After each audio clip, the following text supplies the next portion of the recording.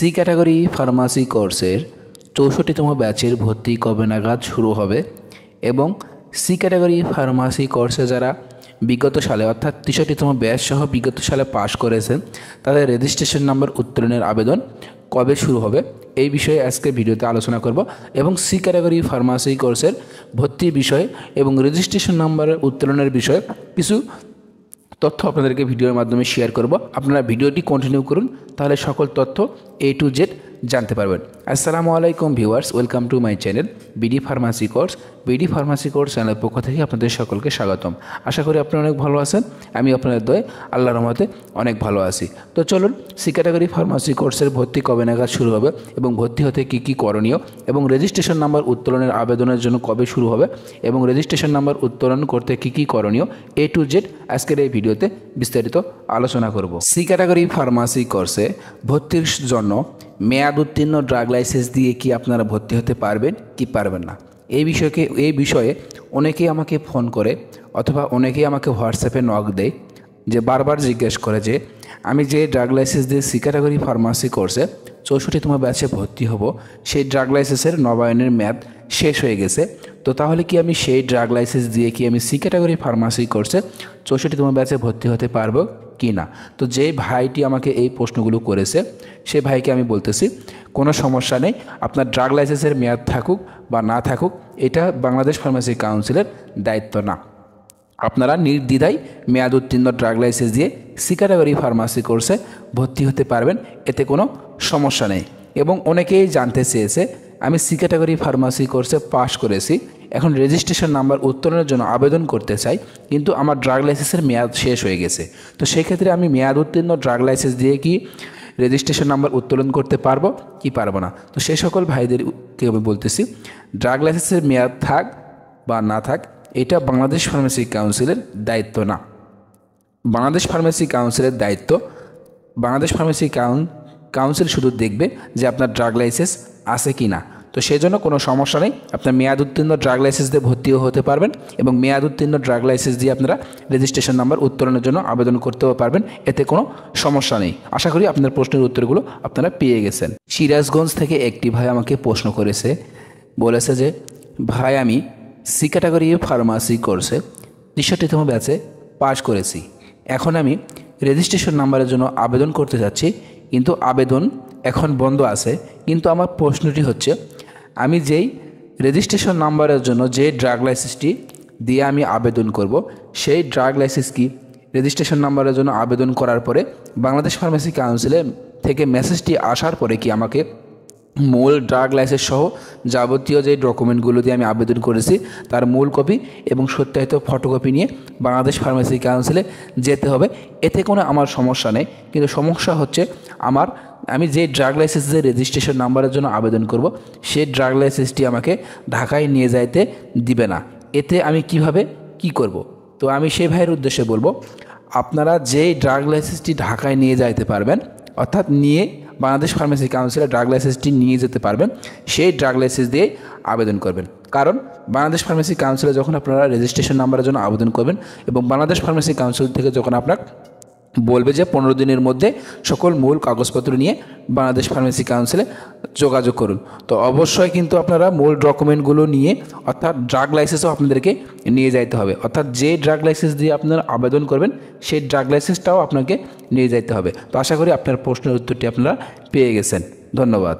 সৈয়দপুর থেকে এক ভাই আমাকে প্রশ্ন করেছে, ভাই আমি সি ক্যাটাগরি ফার্মাসি কোর্সে ভর্তি হতে চাই, কিন্তু আমি আমার নিজ জেলায় ভর্তি হতে যদি না চাই অন্য জেলায় কি ভর্তি হতে পারবো কি না। অর্থাৎ নিজ জেলায় থেকে আপনারা যে কোনো জেলায় ভর্তি হতে পারবেন, অর্থাৎ আপনার নিজের জেলায় যদি আপনি না থাকেন আপনি যেখানে থাকেন সেখানে ভর্তি হতে পারবেন, অথবা আপনার সি ক্যাটাগরি ফার্মাসি কোর্সের সারা বাংলাদেশের যতগুলো সেন্টার আছে সেই সেন্টারের মধ্যে থেকে যে কোনো সেন্টার চয়েস করে আপনারা সেই সেন্টারে ভর্তি হতে পারবেন। আশা করি আপনার প্রশ্নের উত্তর পেয়ে গেছেন। নীলফামারী থেকে সাব্বির নামে এক ভাই আমাকে প্রশ্ন করেছে যে ভাই আমি সি ক্যাটাগরি ফার্মাসি কোর্সে ভর্তি হতে চাই, অর্থাৎ নতুন যে ব্যাচ ৬৪তম ব্যাচে ভর্তি হতে চাই, কিন্তু আমি আমার নিজের ড্রাগ লাইসেন্স সংগ্রহ করতে পারিনি। আমি যদি যে কোনো একটি জেলার ড্রাগ লাইসেন্স সাবমিট করে সি ক্যাটাগরি ফার্মাসি কোর্সে ভর্তি হতে চাই, তাহলে কি আমি সি ক্যাটাগরি ফার্মাসি কোর্সে ভর্তি হতে পারবো?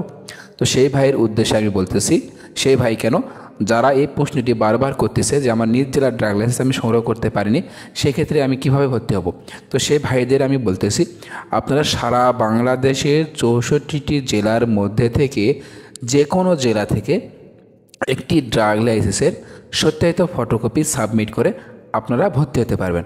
অর্থাৎ 64টি জেলার মধ্যে থেকে যে কোনো একটি জেলা থেকে আপনার যে কোনো স্থান থেকে একটি ড্রাগ লাইসেন্স সংগ্রহ করতে হবে এবং একটি প্রত্যয়নপত্র সংগ্রহ করে আপনারা চাইলে সি ক্যাটাগরি ফার্মাসি কোর্সে ভর্তি হতে পারবেন। এতে কোনো সমস্যা নেই। আপনার নির্দ্বিধায় সি ক্যাটাগরি ফার্মাসি কোর্সের অন্য জেলার ড্রাগ লাইসেন্স দিয়ে আপনারা সি ক্যাটাগরি ফার্মাসি কোর্স করতে পারবেন।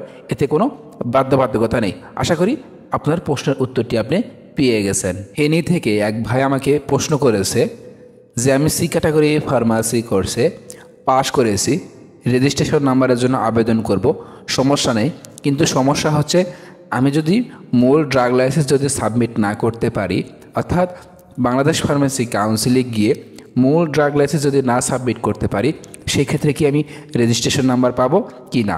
তো সেই ভাইয়ের উদ্দেশ্যে আমি বলতেছি, সি ক্যাটাগরি ফার্মাসি কোর্সে রেজিস্ট্রেশন নাম্বার উত্তোলন করতে গেলে অবশ্যই আপনাদেরকে বাংলাদেশ ফার্মাসি কাউন্সিলে মূল ড্রাগ লাইসেন্স সাবমিট করতে হবে, না হলে আপনারা রেজিস্ট্রেশন নাম্বার পাবেন না। অর্থাৎ যারা আমাকে এই প্রশ্নটি বারবার করে, আমি যদি মূল ড্রাগ লাইসেন্স যদি সাবমিট না করি তাহলে কি আমি রেজিস্ট্রেশন নাম্বার পাবো কি না, আপনারা যদি মূল ড্রাগ লাইসেন্স সাবমিট না করেন তাহলে আপনারা রেজিস্ট্রেশন নাম্বার পাবেন না।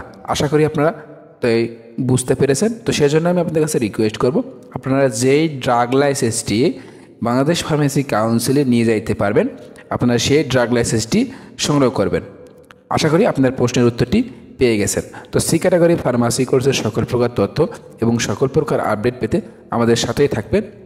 এবং যারা সি ক্যাটাগরি ফার্মাসি কোর্সের রেজিস্ট্রেশন নাম্বার উত্তোলন করতে চাচ্ছেন, সার্টিফিকেট উত্তোলন করতে চাচ্ছেন এবং 64তম ব্যাচে ভর্তি হতে চাচ্ছেন, অবশ্যই আপনারা আমাদের ডিসক্রিপশন বক্সে হোয়াটসঅ্যাপ নাম্বারে যোগাযোগ করবেন। ইনশাআল্লাহ আমরা যতটুকু পারি আপনাদের জন্য সহযোগিতা করব। সার্টিফিকেট নবায়নের জন্য সহযোগিতা, রেজিস্ট্রেশন নাম্বার উত্তোলনের জন্য সহযোগিতা এবং সার্টিফিকেট উত্তোলনের জন্য সহযোগিতা এবং 64তম ব্যাচের ভর্তির জন্য সহযোগিতা, অর্থাৎ সি ক্যাটাগরি ফার্মাসি কোর্সের সকল প্রকার সুবিধা আমরা করে থাকি। আপনারা যদি আমাদের সঙ্গে যোগাযোগ করতে চান, ডেসক্রিপশন বক্সে হোয়াটসঅ্যাপ নাম্বার দেওয়া থাকবে এবং স্ক্রিনে যে আমাদের হোয়াটসঅ্যাপ নাম্বার দেখতেছেন, অবশ্যই আপনার হোয়াটসঅ্যাপ নাম্বারে এসে একটি ভয়েস দিবেন যে আপনার কী সমস্যা, আপনারা ভয়েস দেবেন। ইনশাআল্লাহ আমরা যতটুকু পারি আপনাদের জন্য চেষ্টা করব। তো এবার যে প্রশ্নটি আমি আপনাদের সঙ্গে শেয়ার করতে যাচ্ছি, সি ক্যাটাগরি ফার্মাসি কোর্সের 64তম ব্যাচের ভর্তি কবে নাগাদ শুরু হবে। তো সি ক্যাটাগরি ফার্মাসি কোর্সের 64তম ব্যাচের ভর্তি জুন এবং আগস্ট সেশনে আপনাদের 64তম ব্যাচের ভর্তি শুরু হবে।